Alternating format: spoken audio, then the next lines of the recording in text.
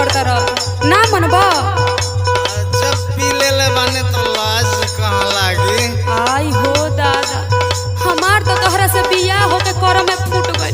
का करी और ही कुछ बुझाता, घर गृहस्थी कैसे चली। जब पियब तब न चली। ना मनबा। आई अपने मुहवा नहीं खा देखत कैसन भइल बा। आई तो होइबा, ये तो होइबा करी ना। जब पिए तो नहीं तो होई ना। आई हो दादा, सुना सुना हमारो बतिया सुना। बोला बिगड़ी नसवा में दसवा बर्बाद हो जाइबो। बिगड़ी नसवा में दसवा बर्बाद हो जाइबो। जो पियो जनी दारू तो खराब हो जाइबो।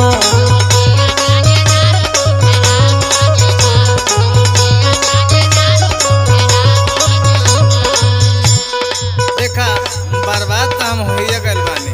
हाँ जब से तू अइली तो ना चक्कर हो गइल कि बिना पियले यही के मन ना करत था। आई हो दादा, सुना हम बतावा